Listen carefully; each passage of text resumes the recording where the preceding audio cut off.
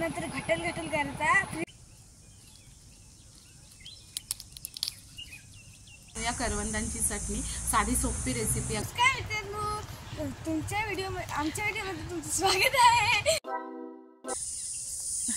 हे बघा माझ्या मागे किती सारे आंबे लागलेत ना। तर हे जे चोखून खातात ना छोटेवाले ते आंबे आहेत आणि पूर्ण झाड भरलंय असं बिटक्यांनी। या आमच्याकडे या ना बिटक्या म्हणतात। चोखून खायचे आंबे असतात छोटे आंबे, उसको कहते हैं बिटक्या। ये देखो थोड्याच दिवसात तयार पण होतील आणि खूप लागलेत माझ्या आसपास, बघू शकताय तुम्ही। आणि आज आपण जाणार आहोत विहंगकडे, कारण विहंगकडे आज आंबे काढून त्याची पॅकिंग करणार आहेत। तर तुम्हाला दाखवते आंबे मार्केटमध्ये जाण्यासाठी आमच्याकडे कसे पॅक होतात। हा माझ्या मागे आवाज येतोय, हा रातकिड्यांचा आवाज आहे।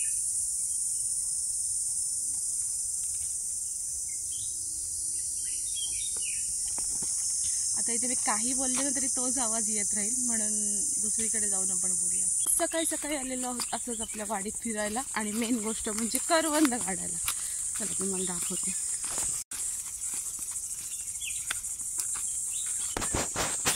करवंद काढायला आलोय ना, तिथे दिसलेलं तर मला गुंज, तुम्हाला गुंज दाखवते मी, थांबा। याचा खूप आयुर्वेदिक उपयोग असतो।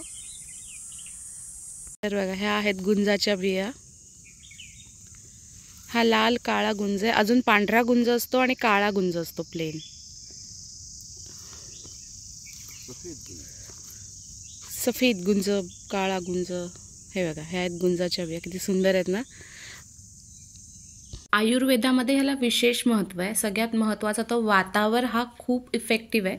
त्याचप्रमाणे केसांच्या वाढीसाठी याचा उपयोग केला जातो, आणि स्किन प्रॉब्लेम असतात म्हणजे आपल्या त्वचा रोगांवर पण हा इफेक्टिव्ह आहे। औषध म्हणून खूप वापरला जातो हा। तिथे एक आजी भेटल्या होत्या, त्या म्हणाल्या जादू टोण्यासाठी ह्याचा उपयोग केला जातो। काय तो मला नाही माहिती। गुंजाच्या आणि त्यातून त्या लाल काळ्या ज्या दिसतात बिया बाहेर पडणार आहेत।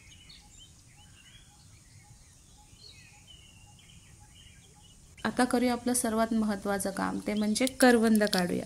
करवंद खूप जास्त नाही काढणार, अगदी थोडीशी हे बघा हिरवी अशी तयार झाली आहेत करवंद। आणि हा आहे आपल्याकडचा रानमेवा, कोणत्याही खताशिवाय आणि कोणत्याही रसायनाशिवाय तयार झालेला, म्हणजे पूर्णपणे ऑर्गॅनिक। ऑर्गॅनिक म्हणण्यापेक्षा पूर्णपणे नैसर्गिक। करवंद काढून घरी आलेलो आहोत, आणि सगळ्यात महत्त्वाचं म्हणजे आज आपण बनवूया करवंदांची चटणी। साधी सोपी रेसिपी आहे, पटकन होईल। चला दाखवते। तरी तर आपण करवंद धुवून पाण्यामध्ये थोडा वेळ भिजत ठेवूया। हे बघा करवंद आपण भिजत ठेवली होती, त्याच्यातलं चीक असं निघालेलं आहे। आता आपण परत दुसऱ्या पाण्यात धुवून घेऊया त्यांना। आपलं साहित्य रेडी आहे। करवंद घेतलीत आपण, सुकं खोबरं घेतलंय, आणि एक मिरची घेतलेली आहे, चवीपुरतं थोडंसं जिरं घेतलंय, आणि लसूण, आणि चवीप्रमाणे मीठ। आता आपण बनवूया ह्याची करवंदाची चटणी। काही नाही, सोपं आहे। आता फक्त हे सगळं आपल्याला ह्या मिक्सरच्या भांड्यामध्ये टाकायचं आहे आणि ग्राइंड करून घ्यायचं आहे।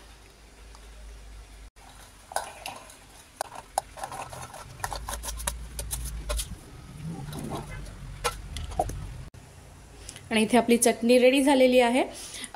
तुम्हाला जर असं थोडी पातळ हवी असेल तर तुम्ही ह्याच्यामध्ये पाणी ॲड करू शकता। मी सुकीच बनवलेली आहे। पाणी ॲड करून तुम्ही थोडंसं डीप बनवू शकता, म्हणजे अशी लिक्विडवाली चटणी समोसा किंवा स्नॅक्स खाण्यासाठी वापरू शकता, किंवा मग अशीच ठेवू शकता। इवन तुम्ही ही चपाती, भाकरी, ब्रेड, भात ह्याच्यापैकी कशासोबतही खा, छानच लागते। करून बघा आणि मला सांगा कशी झाली ते।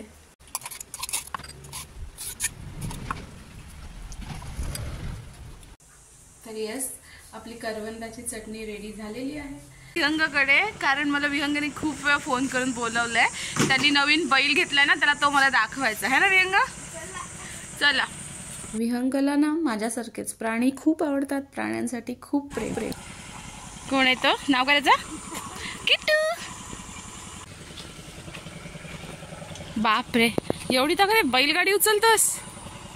विहंगाचे बैल बघा। ह्याचं नाव काय बोललास तू?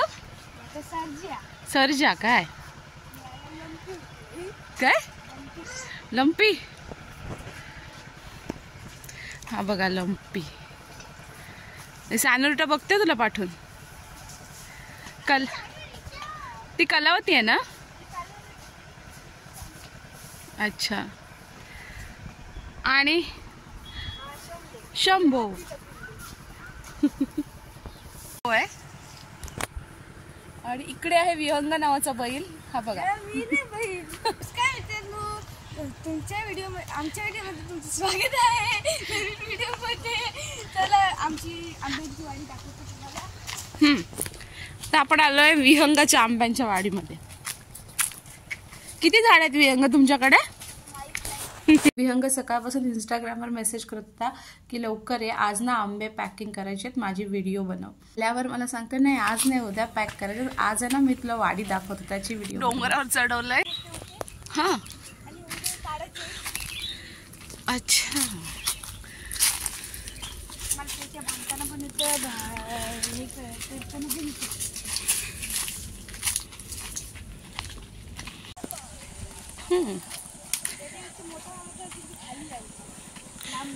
ओके. विहंगाची आंब्याची वाडी एवढी मोठी आहे, काय सांगू तुम्हाला. पहिले पाणी घ्यायचं, त्यात काय टाकायचं? हा मग नाही सॉरी पहिले पाणी घ्यायचं, नंतर त्याच्यात साखर टाकायची, नंतर मीठ टाकायचा, नंतर लिंबू पिळायचं त्याच्यात, नंतर सब्जा टाकायचं त्याच्यात, आणि नंतर घटल करायचा, फ्रीजमध्ये ठेवायचा, झालं संध्याकाळी पियाचा. आणि पाणीच गार घेऊन बनवलं तर मग त्याच्यात बर्फ टाकायचा आहे. आणि साखर किती टाकायची? साखर 2 वाटे. आणि हे मीठ एक अर्धा आणि एक अख्खा चमचा. विहंग सोबत जर तुम्हाला सरबत प्यायचं असेल तर या कधी पण.